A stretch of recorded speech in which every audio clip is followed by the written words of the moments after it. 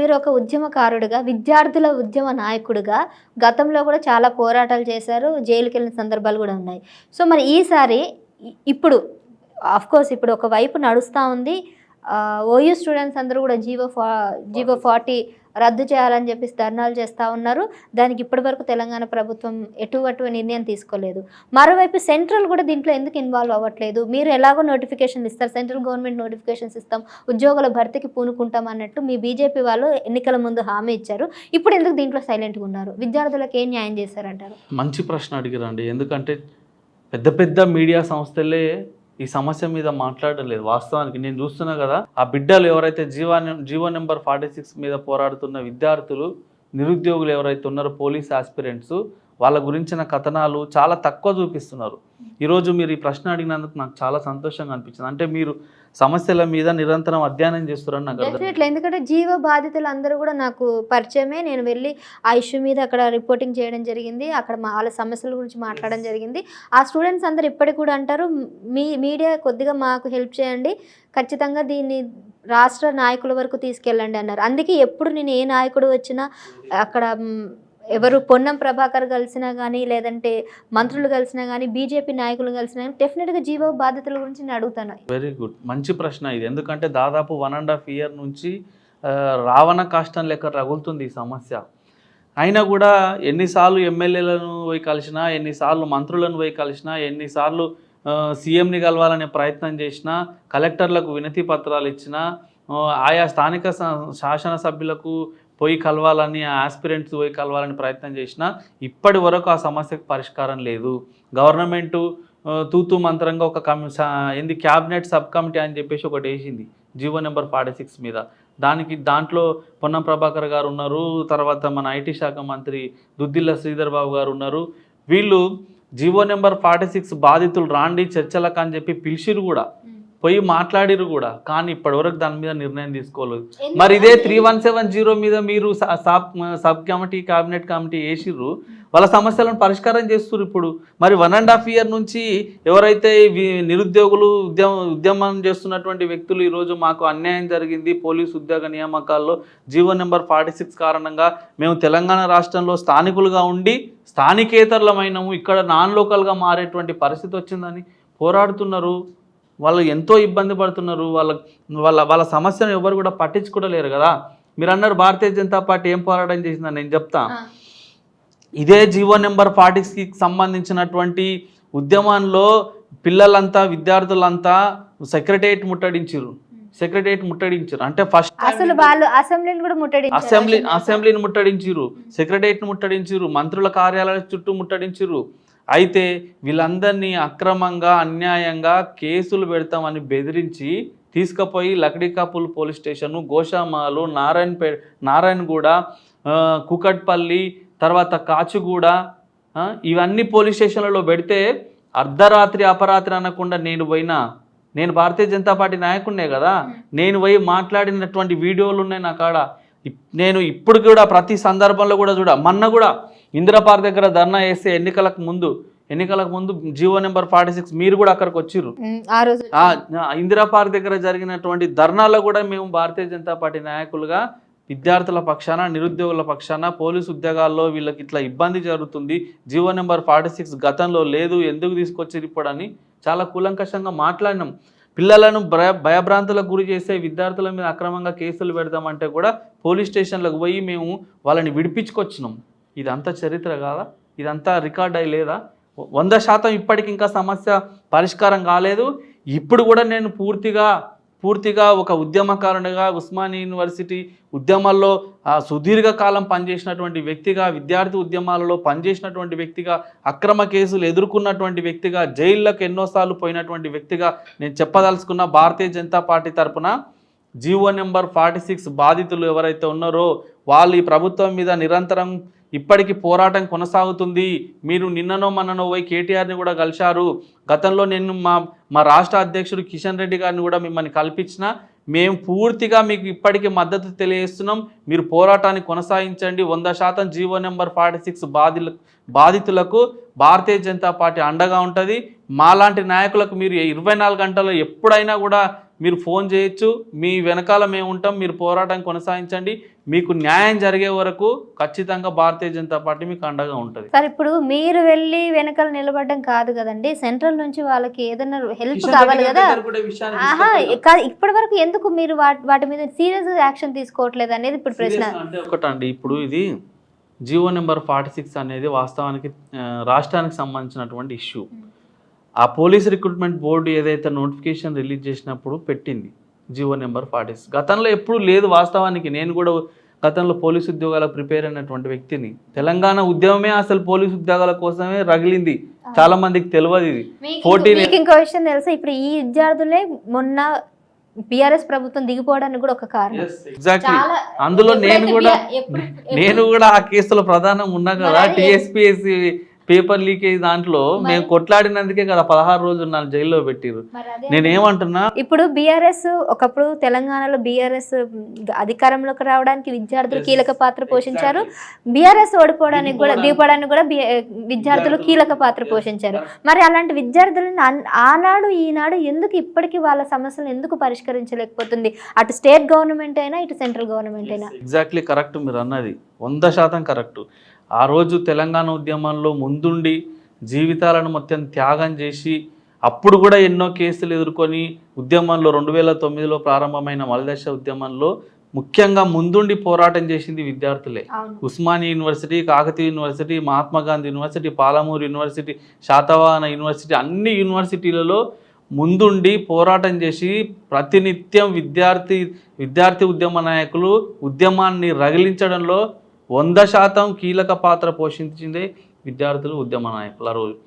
అలాంటి విద్యార్థులకు ఈరోజు తెలంగాణ రాష్ట్రం వచ్చిన 10 ఏళ్ళ తర్వాత కూడా మళ్ళా మా ఉద్యోగాలు మాకియండి అయా మహానుభావులారా, మహాప్రభువులారా, మేము మన రాష్ట్రంలో నేను స్థానికుని ఈ జీవో నెంబర్ 46 కారణంగా నేను మన రాష్ట్రంలోనే స్థానికేతరణ అవుతున్నా, అంటే లోకలే కానీ నాన్ లోకల్గా మారేటువంటి పరిస్థితి జీవో నెంబర్ 46 ద్వారా వచ్చిందని ఎన్నిసార్లు గలమెత్తినా, ఎన్నిసార్లు గొంతు చింపుకొని అరిచినా కూడా ఈ మంత్రులకు ఎమ్మెల్యేలకు చీమ కుట్టినట్టు కూడా లేదు.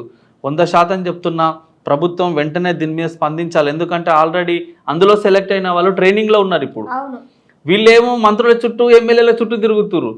ఇప్పుడు 120 మార్కులు వచ్చినకేమో జాబ్ రాదు, 100 మార్కులు వచ్చినకేమో జాబ్ వస్తుంది. ఇది జీవో నెంబర్ 46. అది వాళ్ళది ప్రాంతీయంగా వాళ్ళని సెలెక్ట్ చేయడమే జరుగుతుంది తప్ప మార్క్ వైజ్ గా తీసుకోవట్లేదు అనేది. ఎక్కువ మార్కులు వచ్చినోనికి వస్తుందా జాబ్, తక్కువ మార్కులు వచ్చినోనికి వస్తుందా? వాళ్ళు ఏరియా వైజ్ చూసి అది దాని విషయం మీద వాళ్ళు తీసుకోవాలి. 100% వాళ్ళకు న్యాయం చేయాలి. ఇప్పుడు సెంట్రల్ గవర్నమెంట్ పోస్టులు ఏమైనా ఉన్నాయంటారా విద్యార్థులకి?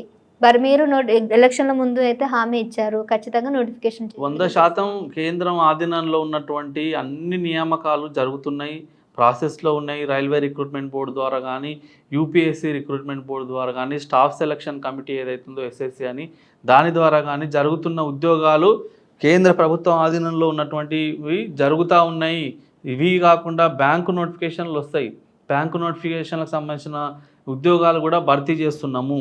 తెలంగాణ రాష్ట్రంలో మాత్రం జాబ్ క్యాలెండర్ అని మన నేర్చారు. ఎంత విచిత్రం అంటే మీరు గమనించరో లేదో, యూపీఎస్సీ జాబ్ క్యాలెండర్ను మీరు పరిశీలన చేస్తాం, కేరళకు పోయి మేము ఐఏఎస్ ఆఫీసర్లను పంపిస్తాం, మంత్రులను పోయి మేము చూసి వస్తాం అని పోయిరు, చూసి వచ్చారు. జాబ్ క్యాలెండర్ అంటే ఏంది చెప్పండి? ఈరోజు ఉద్యోగాలకు సంబంధించిన పూర్తి సమాచారం అందులో ఉండాలి. అంటే ఏ నోటిఫికేషన్ ఎప్పుడు వస్తుంది, ఆ పరీక్ష తేదీ ఎప్పుడు ఉంటుంది, రిజల్ట్స్ ఎప్పుడు ఇస్తారు, ఇంటర్వ్యూలు ఎప్పుడు పెడతారు, మన నియామక పత్రాలు ఎప్పుడు ఇస్తారు, ఇవన్నీ కూడా ఉండేదే జాబ్ క్యాలెండర్. కానీ వీళ్ళు తూతూ మంత్రంగా అసెంబ్లీలో ఒక పేజీలో రాసుకొచ్చి చదివి ఇదే జాబ్ క్యాలెండర్ అని పెట్టిరు. ఇంతకంటే ఘోరమైన పరిస్థితి ఇంకేమైనా ఉందా? జాబ్ క్యాలెండర్ అంటే నీకు చాలా క్లియర్ ఇన్ఫర్మేషన్ ఉండాలి. అయ్యా నేను ఈ సందర్భంగా ఒకటి అడుగుతున్న ప్రభుత్వాన్ని, జాబ్ క్యాలెండర్లో మీరు రాబోయే సంవత్సర కాలానికి 2 లక్షల ఉద్యోగాలు భర్తీ చేస్తామని ఎన్నికల మేనిఫెస్టోలో చెప్పారు కదా. జాబ్ క్యాలెండర్లో ఒకవేళ మీరు ప్రభుత్వ యంత్రాంగం మీ చేతిలో ఉంది, ముఖ్యమంత్రి మీరే, మంత్రులు మీరే, ఏ డిపార్ట్మెంట్లలో ఎన్ని ఖాళీలు కాబోతున్నాయి, ఎంతమంది రిటైర్ కాబోతున్నారు, అవన్నీ సమాచారం మీ దగ్గర ఉండదా? మరి చెప్పాలి కదా. ఇప్పుడు మీరు ఈ నెలలో ఈ ఉద్యోగాలు ఖాళీ అయిపోతున్నాయి, రిటైర్మెంట్ అవుతున్నారు, అవి ఖాళీ అవుతున్నాయి, మేము వాటికి పరీక్షలు పెడతామని క్లియర్గా చెప్పాల్సిన బాధ్యత ప్రభుత్వం మీద ఉంటుంది కదా. ఏవి చేయలేదు. తూతూ మంత్రంగా కేవలం మళ్ళా నిరుద్యోగులను ఒకసారి ఆందోళనకు వాళ్ళకు ఇబ్బందులకు గురి చేసి ఇట్లా ధర్నాలు ఫైటింగ్ ఇదంతా మళ్ళీ జరుగుతూ ఉంటే రాష్ట్రంలో అంతా ఇన్ని ఇష్యూస్ జరుగుతూ ఉంటే ఇప్పుడు కాంగ్రెస్ ప్రభుత్వం వచ్చి ఏం లాభం అనేది కూడా ఇప్పుడు అడుగుతున్న ప్రశ్న. అదే కదా నేను కూడా అంటున్నా.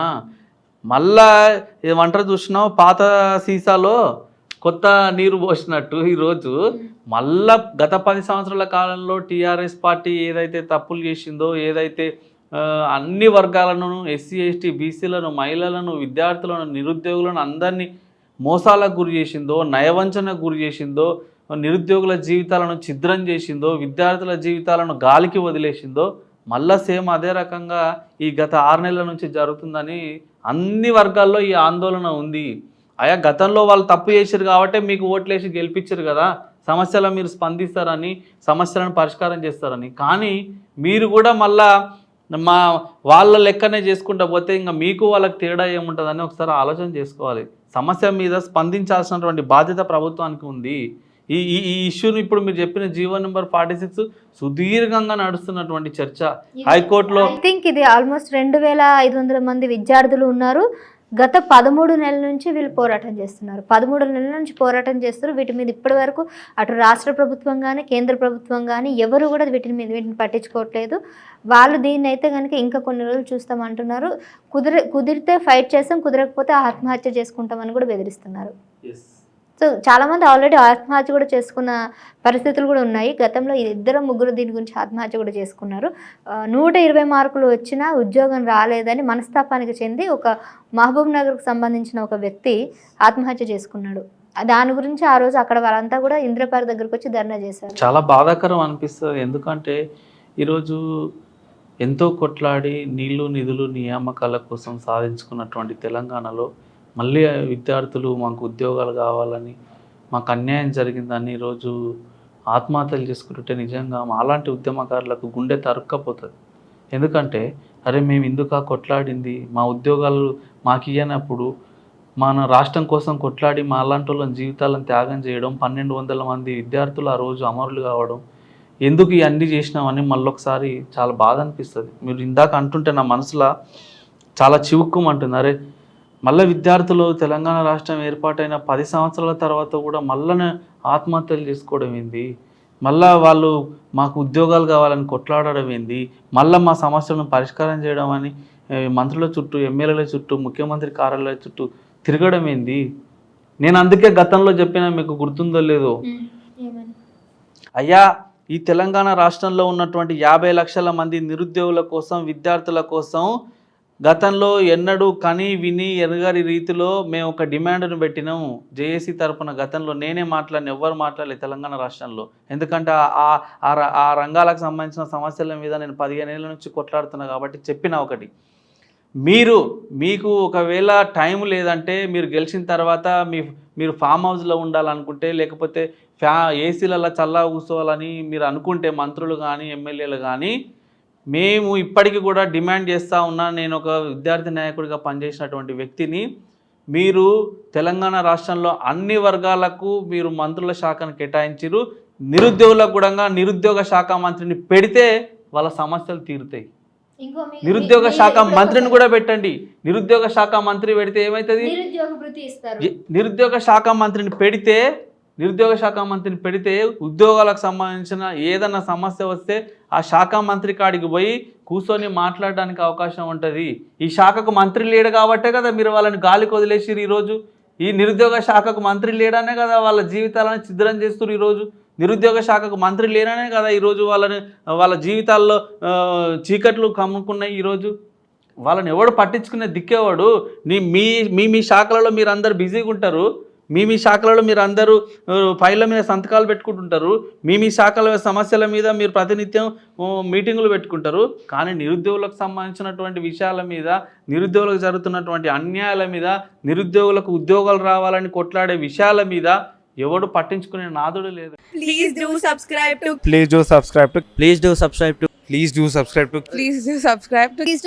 to KTV Telugu. Please do subscribe to KTV Telugu.